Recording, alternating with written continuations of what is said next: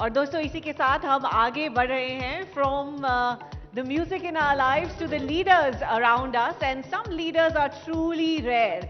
हम हमेशा कहते हैं that change is the only constant, but not all change is always welcome. Our next guest began her career in advertising, leading Quadrant Communications for 20 years.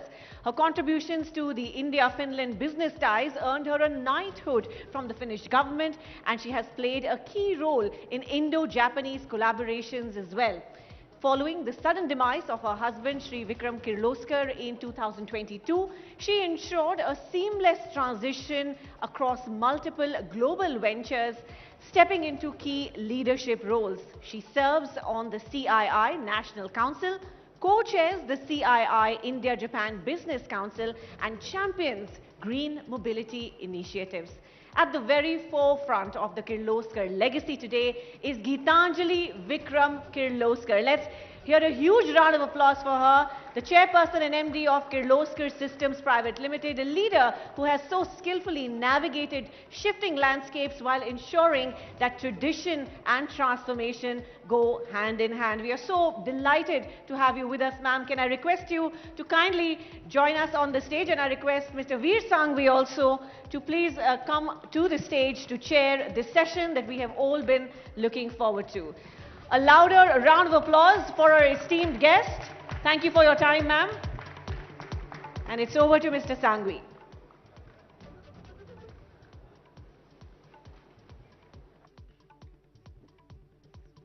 Ladies and gentlemen, our guest is running late basically because we asked we're going to do this very quickly. We're not going to do questions, we'll just zip through it. Sit. Thank you. Geetanjali, I've known you a long time, and you've had a very varied background. You were with Lintas, you were in advertising. The last thing I thought I would see you as is this big business tycoon. So tell us a bit about how difficult the journey was. Yes, first of all, thank you very much to the ABP Summit and to the leadership of the ABP Group for inviting me here today and to attempt to share my transformative journey, both before the crisis that struck me rather suddenly from the cold and after this crisis in the last 2 years. It's also a great delight to be in dialogue with none other than Veer Sanghvi, not only because in the media and in the journalistic field, he is an icon, with enormous expertise and experience, but also because I've known him. And that makes a huge difference. For a long time. For a very long time. I knew his family, I knew his son very well. So that puts me greatly at ease. And that's one thing about leadership. You can succeed if you have an enabling environment. So hopefully I'll do okay today. And thank you very much to the audience for being here. Now quickly, my journey was not just advertising and communication. In fact, I left advertising and communication in the year 2010 almost. After that, I joined my late husband, Mr. Vikram Kirloskar, in the family company, Kirloskar Systems Private Limited. Now, many of you would know that Vikram was credited with bringing Toyota into India. What you might not know is it is not just cars, but we set up more than 6 joint ventures with this group from almost 30 years ago. And the first company we set up was Toyota Textile Machinery, Kirloskar Toyota Textile Machinery, and Toyota Worldwide also started with textile machinery. That was the journey for Vikram in the last 30 years. I joined him in that journey approximately in the year 2010 when I left advertising. I thought, because we underwent a family split in the Kirloskar family, and it was a good time for me to step in and support my late husband in his business, and it was important for me to do it. So that was the first step out. Since then, I independently worked not only supporting him from the back where required, but also on 2 Japanese joint ventures myself. One was a 300-bed tertiary care hospital in Bangalore called Sakra World Hospital, India's very first India-Japan partnership joint venture between my Kirloskar Systems and Secom and Toyota Susho, Japan. Second, I set up Toyota Susho Insurance Brokerage, again a joint venture with Kirloskar Systems. And then I worked with Vikram on many platforms in his joint ventures with Japan. So that was really, now you want me to speak again I wanted to ask you a bit about, you've done many things, but one of them is you've been a great ambassador for India-Japan friendship as well. So I wanted to ask you a bit about that, because for many of us, Japan is a country we admire, but is somewhat impenetrable. We can't get through because of language, etc. But you've done so much to bridge that gap, right? I think it's, and that's why it was important for me to explain a little bit of the journey prior to getting on to this. But yes, one of the reasons why both Vikram and I understood Japan well is because we had 30 years of successful partnership experience, and there was a lot of learning. And that social and professional equity, I thought now it's time, over the last few years, intensified in fact after Vikram, to be able to contribute to the India-Japan platform by providing Indian businesses with a deeper understanding of the Japanese way and work culture. Because as Veer, as you rightly said, it is very difficult to penetrate. Yeah. Because, you know, whilst there are synergies between the two, Yeah. there are also very severe contradictions. And one of them is, they wouldn't understand if something isn't absolutely on time. You know, the interesting thing about Japan, and I learned that very recently, surprisingly, all the clocks across the country are exactly the same at the same time. Yeah. And Shinkansen, in the bullet, in the train, railway stations, in the boardroom, in one of the political offices, at an art gallery, it's not at the same time. So when they first came here, they were a little puzzled, because when they said 10 past 3, we have a meeting in the government or with a trade forum, 10 past 3, my watch would show about 8 past 3. When we reached there, it was 3:12, their driver was 3:15, somebody else was 2 something. So, you know, it's very minor differences which probably can cause some discomfort. So, I want to fast forward slightly, though I know this is a difficult thing to talk about. Your husband was in the prime of his life. His business was growing. He'd done so much for Japan-India relations. All of us thought he was going to become an even bigger titan of industry when tragedy struck. So tell us a bit about that. yes, it was something that I've learned to speak about, because being in advertising and communication, you obviously do better when you communicate, you feel better. So thank you, I will share this with you. In the year 2022, on 29th November, we got up and I found him heaving, breathless, and finished. He collapsed. And even before I could get ready and put him in the car to take him to the hospital, I realized it's all over, but the human mind doesn't accept it. And then you need to obviously consult medicine and medical care. And they proclaimed him, they said he's passed away, but we'll put him on a ventilator, you can call everyone. And I was absolutely alone. And you know, it's not that you and I are not used to loss. Each one of us will suffer, has suffered loss in some way. The problem with this was the suddenness of it. So when a blow hits you very suddenly, the impact is not only harder, but the unpreparedness sometimes takes away from your emotional and intellectual ability to deal with it, right? So that was really the worst part of it. Now, you were a very close couple, not just personally, but in business. And suddenly to find yourself all alone, personally alone, bereft of the company you were used to, the companionship all your life, and with this business empire, when did it strike you that suddenly it was just you, and how did that feel? That's a lovely question, Veer, because it takes me back and it's important.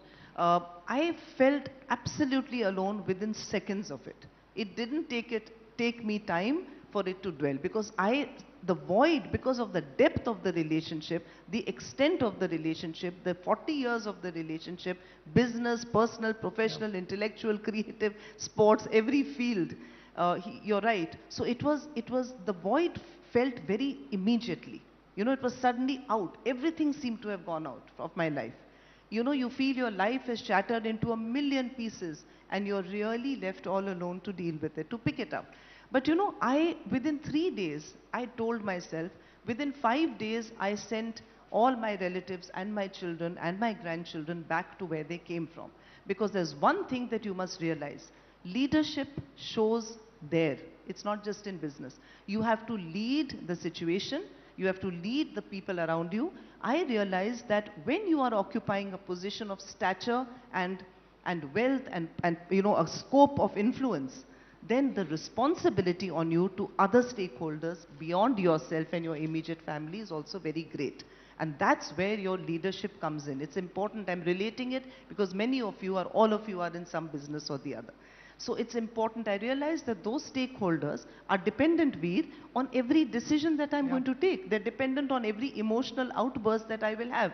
So I could sense a certain sense of anxiety in the multiple stakeholders. I also, don't forget, my daughter was 2.5 months pregnant. And I also had to ensure, though she's a strong professional person in her own right, but I had to ensure that she doesn't feel deprived, that she doesn't feel I have now a huge strength that is gone and I have a weak cover. I had to get her confidence as well. So when that realization came on me, I applied all my leadership skills, my experience of the years, and all the learnings that I had. Remember, I had learned from the best. So all my learnings from Vikram, I could apply at that point. I sent everyone home. And I said, my only anchor will be me and myself. I will now rely on my own experience, my own mental strength, and garner myself and rise to the occasion and take charge. So the first thing I had to do was all the paperwork.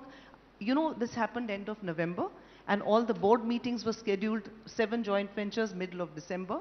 I did not want to lose time. I wanted to ensure that we came onto the boards, that my daughter was nominated on our joint venture partnership boards. I visited each and every factory, 7 in Bangalore, 2 in Delhi, and I met all our Japanese partners right up to Japan, Nagoya, and in Bangalore, though they were very, very kind. They were not expecting it. They wanted to give us time, but I went and met them only to assure them that we are there, Manasi and I are there, and we will carry forward Vikram's legacy on the same ethics, same shared values, and the same unity of purpose. So that leadership you have to demonstrate when you're hit with an overwhelming personal crisis as well.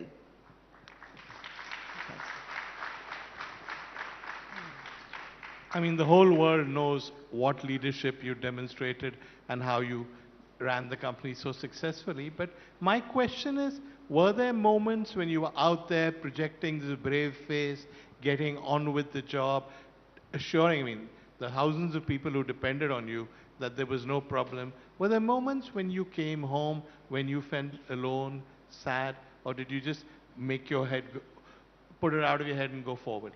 Veer, I learned that grief is not linear. It comes in waves and at the most unexpected moments, number one.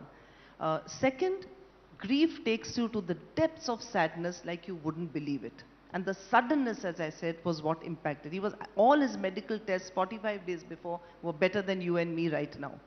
So that was very hard, and with all the front that I put up, you know what happened, Veer? I almost developed a split personality. In what way? I think I'm 2 people, because I get huge anxiety sometimes. I read a research which said this anxiety comes between 2:30 and 3:30 a.m. and bang on at 2:45 I get up, even now. Even now? Yes, even now I get up. It's the gaps are increasing, but last night I slept very well because I didn't want to come to ABP in a disheveled state, so I made sure, and I didn't want to let Veer down, so I actually slept very well. So when you have a purpose, it helps you override your weakness. You need to. So you have to convert your grief into resolve. But I did go through, I still go through a lot of self-doubt. You know, even before I enter a CII National Council meeting where I replaced Vikram, there is a sense of fear. Will I project properly? Because don't forget, there's no one watching over you now. You're all by yourself. And people and relatives can help you, but they can't live your life for you. That you have to do yourself. So there is a lot of self-doubt, lot of anxiety, lot of palpitation, lot of fear, all the time, especially in the middle of the night. You hide it very well. I wouldn't have thought so. You don't look at all. I've also done a lot of acting, so I guess. Okay. What were the learnings? Because God forbid anybody was put in the situation that you are, but you were put in this terrible, sudden situation with huge responsibilities on your head and your shoulders, and you coped so magnificently. So for anybody else who's ever in that kind of adverse situation, what are the learnings? What's your advice? Interestingly, the learnings in coping with a massive crisis in your personal life are rather similar to the learnings that you would have and the way you have to apply yourself in a work situation. A crisis is a crisis. The suddenness of a crisis is the suddenness of a crisis. So, crisis has a kind of a transformative impact on you. And it also has an impact on the ecosystem around you because you're coping and dealing in place of someone else, right? So the biggest learning is you have to take hold of yourself. You have to step back. You have to structure your mind, because remember, in a crisis, whether at work or home, your mind goes in 100 directions. You need to pull it together, you need to focus, you need to transform your grief into resolve, and very importantly, define your objective and the purpose. You know, your biggest anchor in a crisis is your purpose. The minute you're purposeless, the minute you feel you're floating and you're unable to focus, you will not be able to cope or come with the right solutions. And whatever decisions you take will be overwhelmed by a very high level of emotional instability, which will impact not only you personally, but your business and your ecosystem around you. So that is my purpose was very clear, that I had to carry forward the legacy that Vikram has, and in the later years with me and Mansi, brought it to a certain level. So I wanted to commit myself to not only maintaining it, but I also want to grow it to the next level. And I know that that's what he would have wanted for us. Many people in Indian business, and this is regrettable but sadly is true, are not equipped or designed or built in a way that they take women as seriously as they take men. Was that a problem for you? I'll tell you, it was not just the woman. If it were a sister or a daughter, it would have been easily accepted, Veer. When a wife steps in, wife being woman and wife, for some reason, it's not that, you see, in my position, please remember, I'm very fortunate that my husband created a standard of environment wherein he left me not unprotected. You see, the scale of what we control prevents individuals or forums to upfront come and differentiate or discriminate. So overt discrimination I will never face. And I'm lucky, and for that it's my husband I give credit to. But there are subtle discriminatory expressions, you know, there are certain exclamations, because what you need to do, however, Kaveri knows that I've always been working. She's seen me working for 30 years. So it's not a bedroom to boardroom walk for me, I was already there. And I was also working on the Japanese joint venture, so I was not new to them either. But the problem is, Vikram was leading. And he was brilliant. He was an MIT engineer, absolutely brilliant. So you're coming in from behind. People have seen you, they've complimented you, but you're leading, and I am not certainly nowhere close to being as competent as he was. Absolutely, and I'm not saying this to appear humble or for the optics. I'm not. Those who worked with me will say it. But what I found, you have to build confidence. I never took anyone's loyalty or support for granted, Veer. I did not say society should be progressive. I said, forget about what it should be.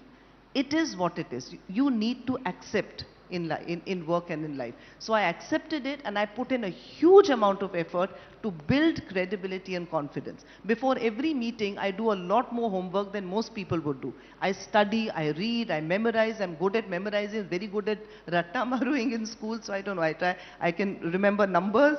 So I memorize, and I work very hard. I was a student who really had to slog to get 90%. Vikram was a student who didn't even do his homework, and he would get 100%.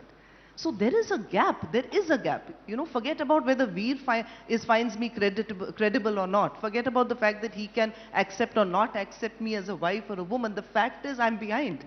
So I need to catch up, right? So I did not take my acceptance for granted. I worked hard. I built up credibility. But Veer, you're absolutely right. In a forum, in a business meeting, very often, I can see in the beginning, first 1 year was very tougher. There was like a very indulgent attitude. Sometimes there was a bit of a scoffing attitude. Oh, there she is, you know, trying.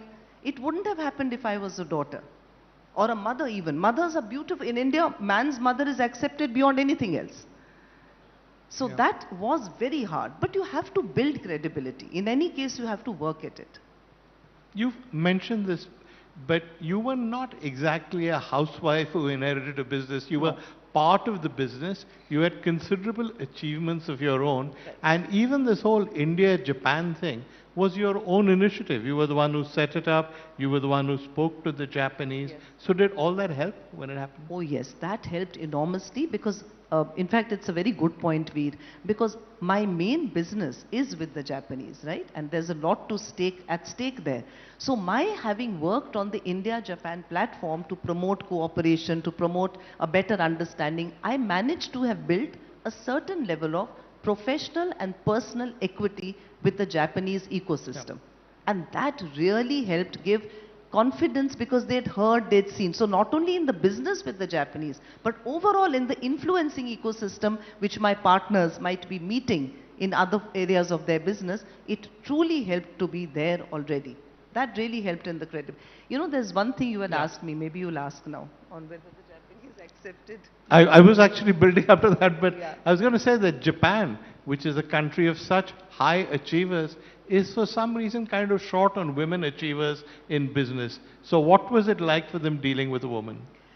Now this is very interesting because you'll be very surprised to know that not for a single moment did I feel any sense of discrimination or a lack of acceptance even for a moment, not only with my Japanese partners, but across the multiple Japanese platforms that I occupy. Not with the Exchange Trade Organization, not with the embassy, not with the Japanese government, not with the other Japanese MSMEs that I work hard with JETRO to bring into India, etc.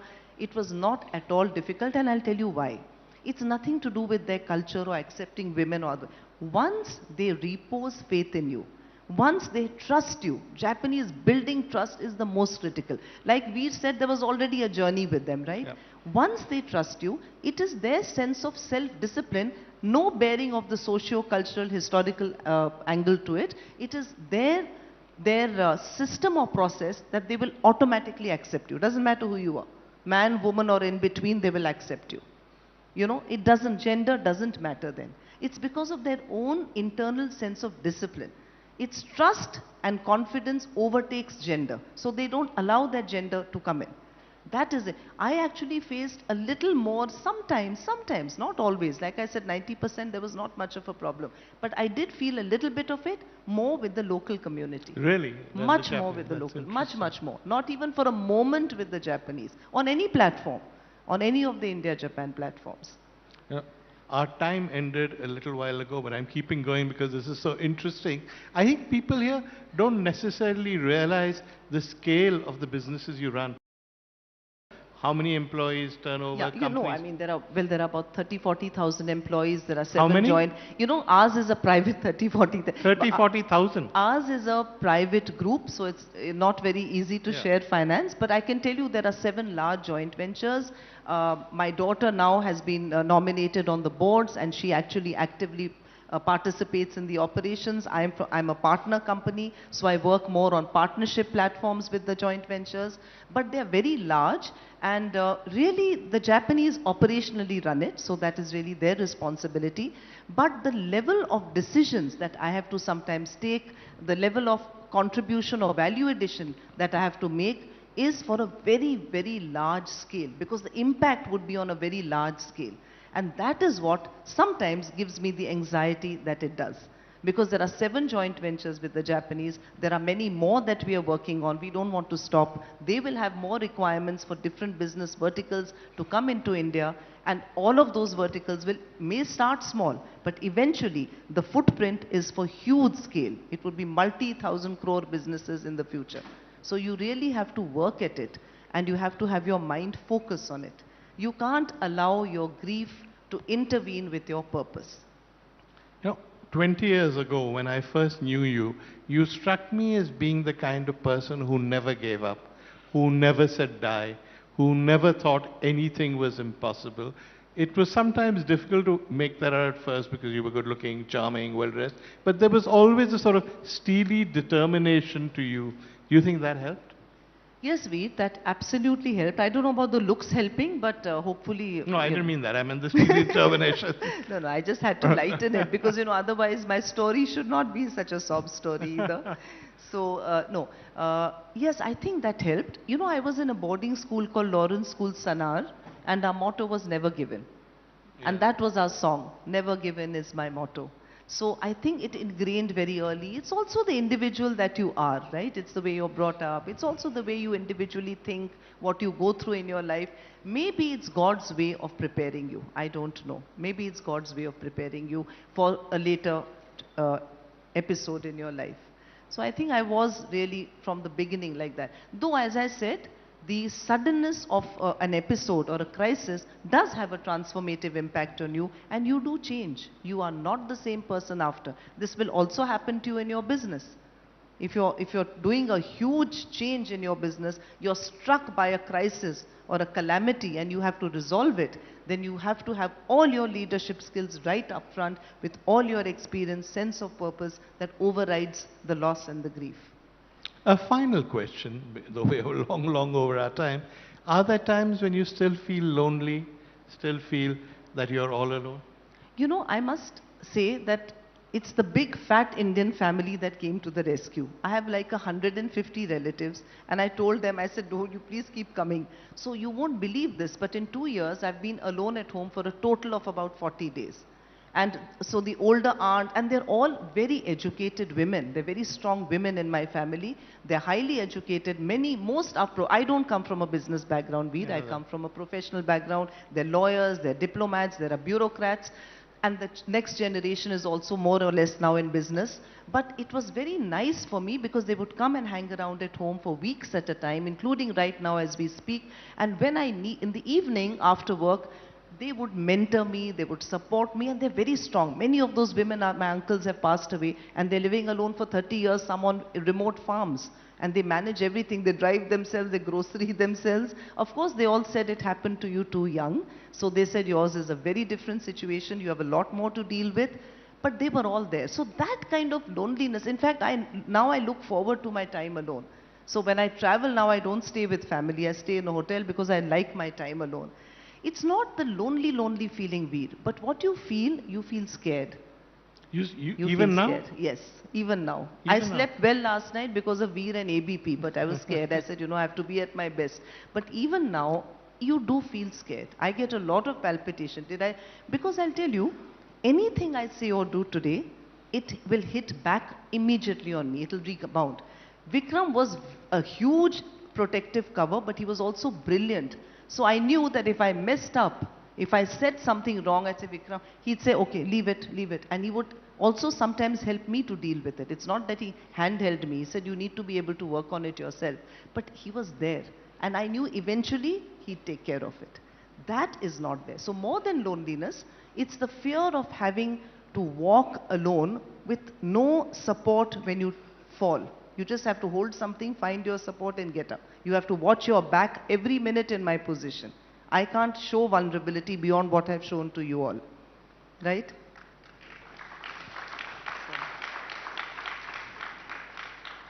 That is such an inspiring story, Geetanjali. Thank you so much for sharing it. Thank Ladies and gentlemen, Geetanjali Kirloskar. Can I quickly give you a nice quote since I do so much Japan? I think it's Haruki Murakami-san who said beautifully. He's actually summed it all up. He said that when you come out of a storm, you will not remember what you went through or how you even survived it.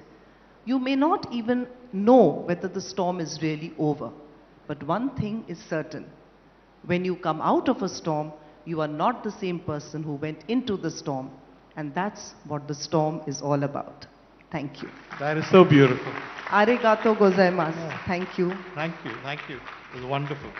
Wonderful note to end this session on. Thank you so much, ma'am, for being here, sharing your story, being vulnerable with us.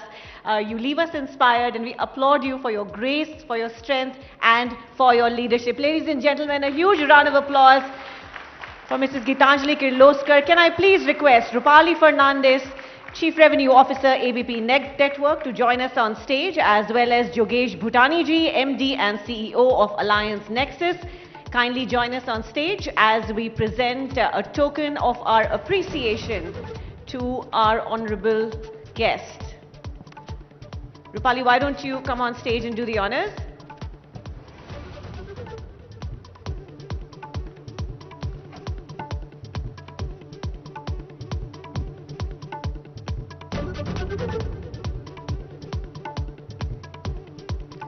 A round of applause, please, ladies and gentlemen.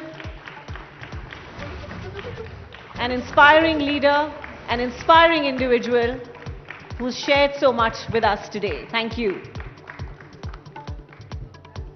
Of course, I was coming to that for Mr. Sangui, who of course, we love having him back on the Ideas of India stage year after year. And thank you again, sir, for leading the conversation.